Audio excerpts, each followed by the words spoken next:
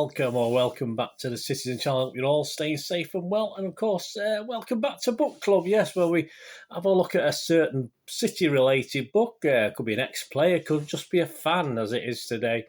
We're going to read out little excerpts from a certain chapter in this book with a little bit of background info as and when to tell you what's going on. And today we're going to look at a book called Stop Making Sense, and it's subtitled Manchester City, Mother, Russia and Me, and this is by a guy called Peter Brophy. So please join me as we have a look at that little book today. A great book, a great read. I'll tell you its availability at the end of this, but please join me for this. And if you do like it, please, if you're not subscribed, press that subscribe button. Just one of many things I do on City, of course, this little feature, City past, present and forever. If you already subscribed, keep spreading the word, guys, much appreciated. And you can give us a thumbs up for this, make an old City fan very, very happy. Yeah. What about his City credentials? Peter Brophy. What do we know about him? Well, he's a long fan. He's probably tall as well. I don't know how tall he is. A long-time fan who traces the Blues' fortunes. And in this book, he looks from 1975-76, of course, our wonderful League Cup win at Wembley in that day. And it goes right up to 2001-2002, which obviously with Mr. First Division title winning season with Keegan around that time. And Russia, where does Russia come into it? Well, he lived there for a few years through various coups and political turmoil and a superpower standoff, of course, with the USA. Well, as though supporting City wasn't problematic enough for poor bugger having to live in Russia. And his tagline for the book, it's the only book, apparently, not to mention both Frank Clark and Ivan the Terrible in the same sentence. Well, I do differ a little bit. I think that's fair enough, although Frank Clark and Terrible was often used in the same sentence, but perhaps Ivan the Terrible.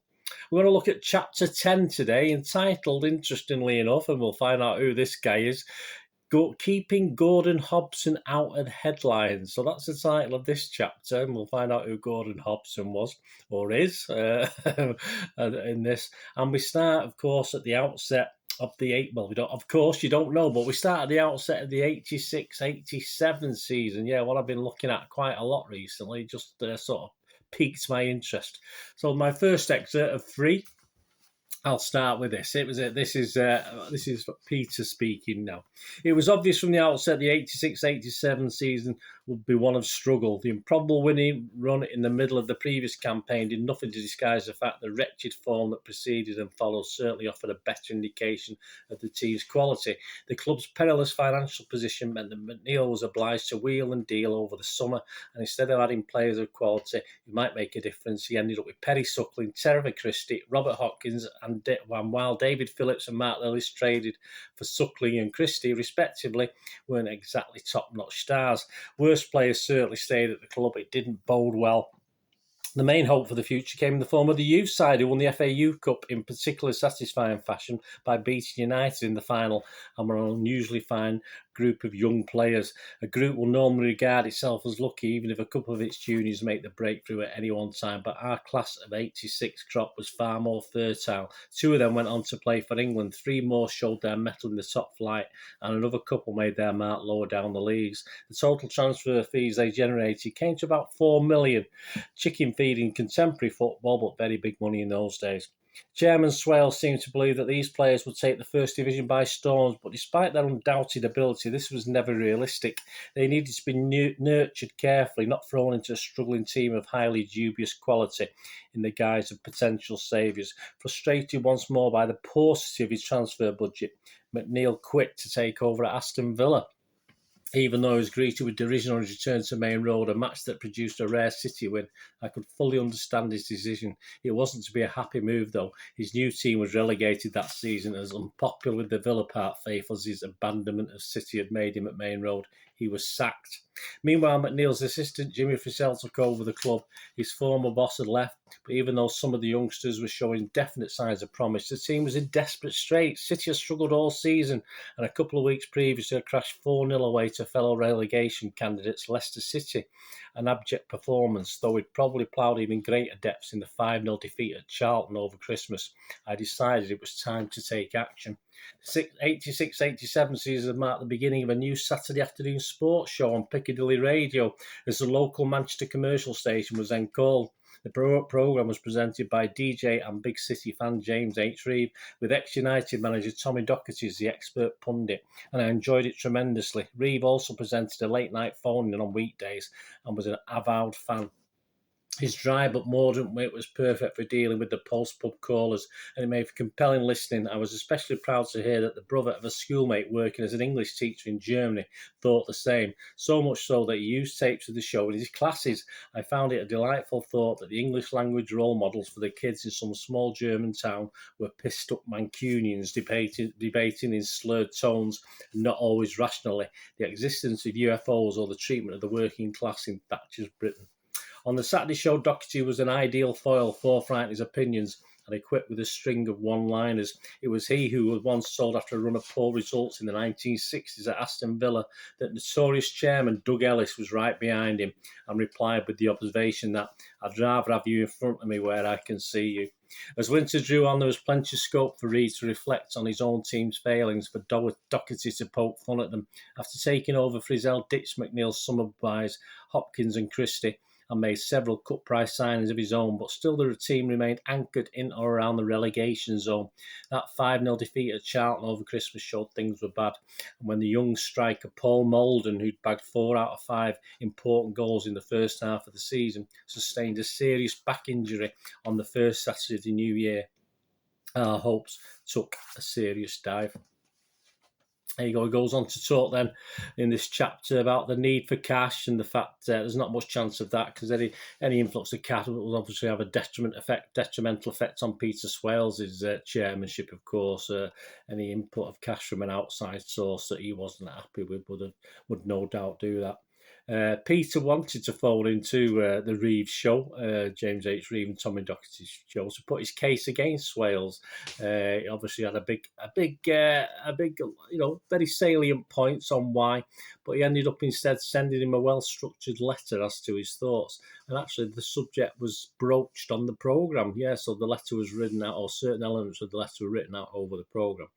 And Peter was quite happy with what had been happened, but he wanted to take it a bit further. He wanted to show his disgust by a further process. This wasn't the time 86 when, we're talking 10 years in the future when all the big Swales out things were coming. This was quite early doors, but he wanted to show his disgust at Swales and what was happening with City and the further protest at the ground. So we go back to his excerpt. He takes up the story again. He says, at this time, I used to attend matches with a group of friends and all sympathised with my views, so a couple of them really pitched in with assistance. He therefore had access to the props and to an assortment of other materials for the construction of scenery. Yeah, he was producing plays at school, this guy. To a construction of scenery, most crucially for our purposes, the electric hoard of items under his custody, eclectic, with some pots of paint. Okay, I think anyone could manage them. Another friend brought in a large white sheet. Yeah, can be done. And this gave us everything we needed. There you go. I don't think being on to do with plays had anything to do with those props, in all fairness. The design of our banner, he said, was the subject of much careful thought. We especially wanted to emphasise that our complaints arose from a sense of concern over the club's long-term well-being, rather than from poor results in the short term. We were anxious, too, to reiterate that our dismay over Swales' stewardship wouldn't detract from our enduring and resolute support of the team. In centre, we painted Mancunian bloke, simple. This is one of his mates, Mancunian bloke. Simple, bold, black legend, up or down, Swales must go. In other words, even if the team avoided relegation, we felt the issue needed to be addressed. We painted MCFC in sky blue down each side of our sheet. Do you remember this? Did you see this, guys? To affirm our loyalty to the club itself. The banner was completed on the Thursday before the Southampton match. I think about 11th of April, around about then. On the Friday, I took it home and waited the weekend, always keenly anticipated with more excitement than normal. I met my friends just after 2 o'clock outside the Kippax terrace from where we would watch the game. This was earlier than usual. We wanted our declaration on view for the greatest possible length of time. We normally stood roughly 2/3 of the way back and 2/3 of the way along towards the Platt Lane end. On this occasion, we held our customary line, but headed right to the front, determined to affix our handiwork to the perimeter fencing to ensure maximum exposure. This we did under the watchful eye of a policeman who satisfied himself that we posed no security risk. For the next 10 or 15 minutes, our opinion of Peter Swales was on show to all early entrants into the stadium. There's a lot of people arrived late in those days. At this point, a second policeman appeared. I heard a voice tell him over his walkie-talkie that the banner had to be removed. Needless to say, we were aggrieved, and I attempted to argue, putting forward a vigorous treatise on the importance of civil liberties in a democratic society. But that went down well. It was to no avail, and Mancunian bloke risked ejection from the stadium by stating justifiably but recklessly that any law enforcement officer wishing to restrict the basic and fundamental right was a fascist. On reflection, I can see that the exploration of the incident from its original context to a symptom of a wider decay of British democratic tradition may have been marginally exaggerated and melodramatic. Accepting defeat, albeit with a little grace, we removed the banner and retreated back up the terrace and resigned ourselves to the fact that our efforts had been in vain, and the three of us were muttering darkly about the injustice of it all. What we didn't appreciate was that Gordon Hobson, here we go, we find out about Gordon Hobson, would intervene on our behalf. What was he? Was he a steward? Was he a policeman, this Gordon Hobson? Well, we'll find out in a little while. Gordon Hobson, I'll do it a little while is now. It was a Saints player, it was a Southampton player, not a well-known one. They had quite a few well-known players, but obviously he was one of the sort of journeymen, if you like, that every team still has to this day. And he would have his finest hour, yes, at Main Road that day. This journeyman actually scored 3 of the 4 Southampton goals in a 4-2 Southampton win. And City's relegation, this is mid-April, don't forget, was beginning to look inevitable. Peter again took his chance with thousands of others. This is where one of the early demonstrations against Peter Swales to vent their frustration after the game. He reflected on more, let's say, unfriendly demos. As I said, I did mention 10 years later, but it could get worse and worse, of course. That will take place, and a decade later. But back to this. This is the Saints game still. This is the 11th of April. Don't forget, still 1987. He takes up the story again. However, the peace was never breached in the afternoon. We unfurled our banner and marched through the bottleneck behind the ground at the north stand end towards the forecourt. By this point, Gordon Hobson was no doubt relaxing in a nice warm bath, imagining the future glories to which he'd progress after years of spade work in the game's lower reaches, and contemplating all the Hobson's Choice headlines which would dominate the next morning's newspapers. As we turned the corner towards the front of the stadium, a few hundred fans were already gathered, but many more were coming from all directions. The press estimated that the eventual number swelled to more than 2,000, and fans seeing our banner immediately identified with it. We quickly found ourselves at the head of a column which swept to the front of the ever-growing mass around the crush barrier surrounding the main entrance. The protest had more staying power than most I've attended, and half an hour after the final whistle, the crowd scarcely seemed to have thinned. The chanting was heartfelt and vociferous, though there were interjections of humour too, as anyone who's followed City for any length of time would probably expect. By 5:30, people were starting to drift away, and as 6 o'clock neared, we too elected to give up the ghost. However, there was a hardcore determined to remain defiant, and many of them expressed disappointment at the impending departure of the proclamation, which had been a focus for the assembled multitude's feelings. Greg turned back with the banner, and to a hero's reception, he took his place at the head of the remaining protesters. The irony was that the catalyst for this, Greg's another friend of his, the irony was the catalyst for the furore had been Gordon Hobson's performance, and yet the spontaneous show of supporter discontent had the effect of limiting recognition for his feats. The papers on Sunday and Monday were not emblazoned with weak puns based on the name Hobson, as his match became almost a footnote in most reports. Media interest centred around the demonstration, with the newspapers featuring photographs and detailed accounts. Regrettably, our banner wasn't visible in any of the pictures, but its existence was reported in both the Sun and the Daily Mirror, the two daily papers with the widest circulation. The Sun even went as far as to reproduce our slogan, word for word. I believe Greg still has the cutting. Nice to see that, wouldn't it? But we don't get a chance to see that. Obviously, as a child, I dreamed of featuring the City match reports for my heroic on-field exploits, don't we all? But I knew from an early age that it would never happen. The day after Gordon Hobson's finest hour was as close as I'll ever get, and that's why I can still recollect a desperate home defeat by Southampton, which is no doubt long forgotten by almost everyone. You got some little excerpts from the book from Peter Brophy. So hope you enjoyed that. Anyway, that's to say, it's the book Stop Making Sense, subtitled Manchester City, Mother Russia and Me. Obviously, there's loads of things. This is just one part of one chapter of a book that goes on for how many pages?